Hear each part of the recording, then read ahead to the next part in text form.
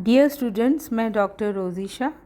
आज मैं BA third year के सेकंड पेपर में नया टॉपिक आपके साथ शुरू करने जा रही हूँ। सामाजिक मुद्दे, गंदी बस्तियाँ। चलिए सबसे पहले गंदी बस्ती या मलिन बस्ती का शाब्दिक अर्थ जान लें। अंग्रेज़ी में गंदी बस्ती को स्लम कहते हैं। स्लम शब्द की उत्पत्ति आयरिश भाषा से मानी जाती है। पुर्तगाली शब्द लोम का अर्थ है एक अंधकार में या बेसहारा स्थान। 1845 में इस शब्द का अर्थ था चारों ओर लगाए जाने वाला। स्लम शब्द का पुनः विकास हुआ, जिसका अर्थ लगाए जाने लगा वह कमरा जो गरीब लोगों के पीछे गली या सड़क पर स्थित है। गंदी बस्तियां नगर में बसी ऐसी बस्तियां होती हैं जिसमें सब प्रकार की जन सुविधाएं उपलब्ध नहीं होती हैं या पर्याप्त मात्रा में उपलब्ध नहीं होती हैं। कहने का अर्थ है कि इन बस्तियों में आधारभूत सुविधाओं का अभाव होता है। ये वह बंद एवं तंग बस्तियां हैं जो गंदी बस्तियां या मलिन बस्तियां कहलाती हैं। आज विश्व के सभी देशों में ये बस्तियां पाई जाती हैं। गंदी बस्तियों की जनसंख्या से तात्पर्य है वो लोग जो गंदी, मैली कुचैली, मलिन बस्तियों में निवास करते हैं और निर्धन रेखा से नीचे के लोग हैं। क्योंकि भारत आज भी विकास के पथ पर है, आज भारत की एक बड़ी संख्या गरीबी रेखा से नीचे अपना जीवन यापन करती है। ऐसे लोग सामान्यतः नगर में विद्यमान गंदी बस्तियों में निवास करते हैं। अत्यधिक भीड़-भाड़, सीलन, दुर्गंध युक्त मकान, तंग गलियां, चारों ओर दुर्गंध युक्त वातावरण, नागरिक सुविधाओं का अभाव, आर्थिक तनाव, मादक पदार्थों का प्रचलन तथा अपराधी व्यवहार इन बस्तियों की सामान्य विशेषताएं हैं। औद्योगिक नगरों में गंदी बस्तियों में मानव का जीवन अमानवीय दशाओं में व्यतीत हो रहा है। भारत में गंदी बस्तियों की प्रकृति को समझने के लिए इन्हें हम मुख्य रूप से दो भागों में बांटकर देख सकते हैं। पहली श्रेणी की मलिन बस्तियां। ये बस्तियां नगर के बीच में स्थित उन मोहल्लों के रूप में हैं जो इतने घने बसे हुए हैं कि इनमें सीलन और बदबू से भरे हुए आवास हैं। तंग गलियां हैं, यहाँ हवा और रोशनी का अभाव है।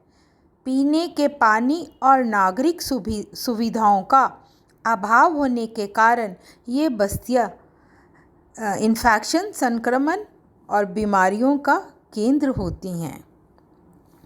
विदेशों में स्लम के कई पर्यायवाची शब्द हैं, जैसे मंडाई शहर, फेबिला, सीकंड पंक्ति, यहूदी बस्ती, सीमांत, मौरी आदि।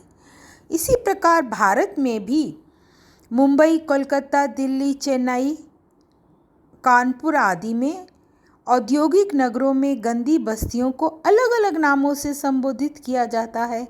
जैसे मुंबई में गंदी बस्तियों को चाल और अहाता कहा जाता है, चेन्नई में चेरी, दिल्ली में कटरा, कटक, कानपुर में अहाते, बंगाल क्षेत्र में बैरक्स आदि के नाम से जाना जाता है।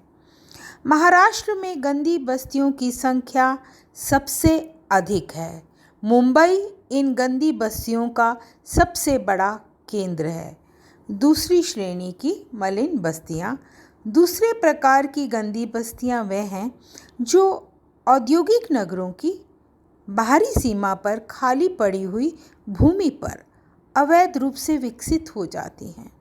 ये झुग्गी झोंपड़ियाँ बांसों, टीन के टुकड़ों, पॉलीथीनों और कच्ची दीवारों, टूटे फूटे मकानों, टीन टप्पर वाली छत की सहायता से तैयार की जाती हैं।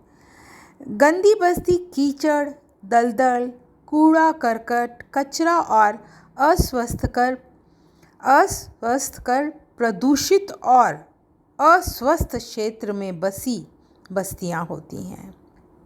इनमें टॉयलेट्स, शौचालय पानी, बिजली की कोई सुविधा नहीं होती है। नगर में शारीरिक श्रम करने वाले, खोमचा लगाने वाले तथा घरेलू काम करने वाले स्त्री पुरुषों का एक बहुत बड़ा भाग इन बस्तियों में निवास करता है। अब मैं आपको इन गंदी बस्ती की परिभाषाएं बताने जा रही हूँ।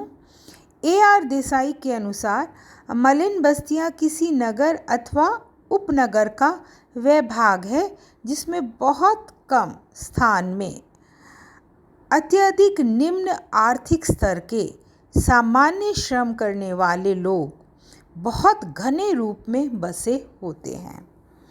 ऑस्कर लेविस ने इन्हें गरीबी और पतन की संस्कृति के नाम से संबोधित किया है।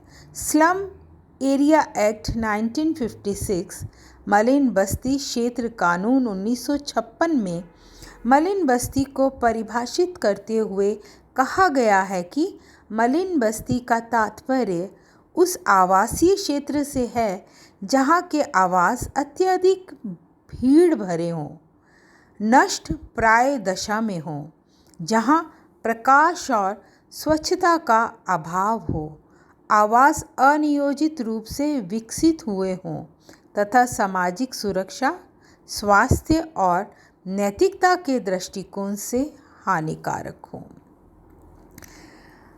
गंदी बस्तियों की प्रकृति विशेषताएं।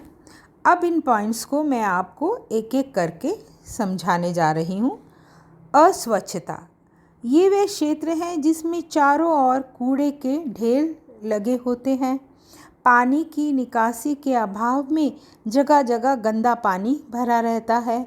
शौचालयों की कमी के फलस्वरूप बस्ती का बाहरी क्षेत्र बहुत ही बदबूदार होता है तथा अधिकांश व्यक्तियों को नहाने तथा अपने शरीर को स्वच्छ रखने की भी सुविधा नहीं मिल पाती है।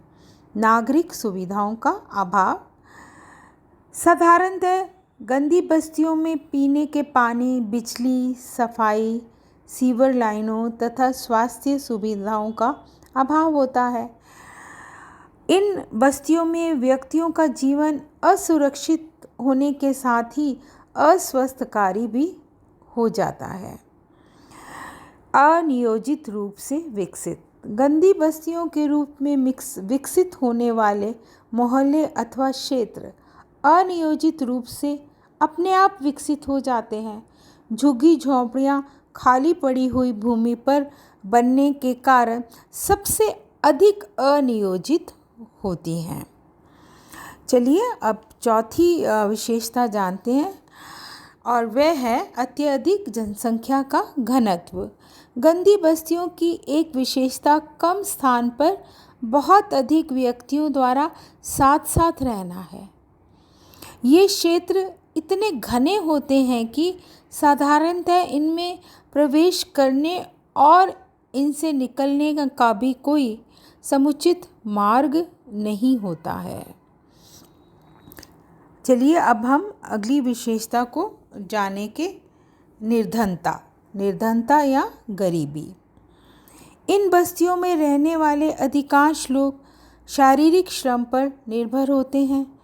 इनका आर्थिक स्तर बहुत निम्न होता है। उनमें इतनी क्षमता नहीं होती है कि वे सामान्य स्तर के आवास में रहने के लिए किराया दे सकें। विचलनकारी व्यवहार, अनेक दशाओं के प्रभाव से इन बस्तियों में अधिकांश निवासियों का जीवन कुंठाओं, चिंताओं, मानसिक तनावों से घिरा रहता है और इस दशा में नशीले पदार्थों का, मादक पदार्थों का सेवन, अपराध, बाल अपराध, वेश्यावृत्ति जैसे विचलित व्यवहार बहुत से लोगों के जीवन का अंग बन जाते हैं। जीवन विधि की भिन्नता, सभी तरह के अभावों के साथ ही मलिन बस्तियों में विभिन्न परिवारों और समूहों की जीवन विधि में अत्यधिक विभिन्नता देखने को मिलती है। इन बस्तियों में विभिन्न धर्मों, क्षेत्रों, भाषाओं, विश्वासों और आदतों के लोग साथ साथ विषम परिस्थितियों में निवास करते हैं। विभिन्न समूहों के सामाजिक संगठन की प्रकृति भी एक दूसरे से भिन्न होती है। इसके बाद भी सामान्य निर्धनता के आधार पर निवासियों में समानता की चेतना देखने को मिलती है। उपेक्षित क्षेत्र। आमतौर पर गंदी बस्तियों के क्षेत्र उपेक्षित होते हैं। यदि नियोजित प्रयत्नों के द्वारा किसी गंदी बस्ती को हटाकर इनके निवासियों का पुनर्वास कर दिया जाता है तो जल्दी ही किसी दूसरे क्षेत्र में नई गंदी बस्तियां विकसित हो जाती हैं। धन्यवाद।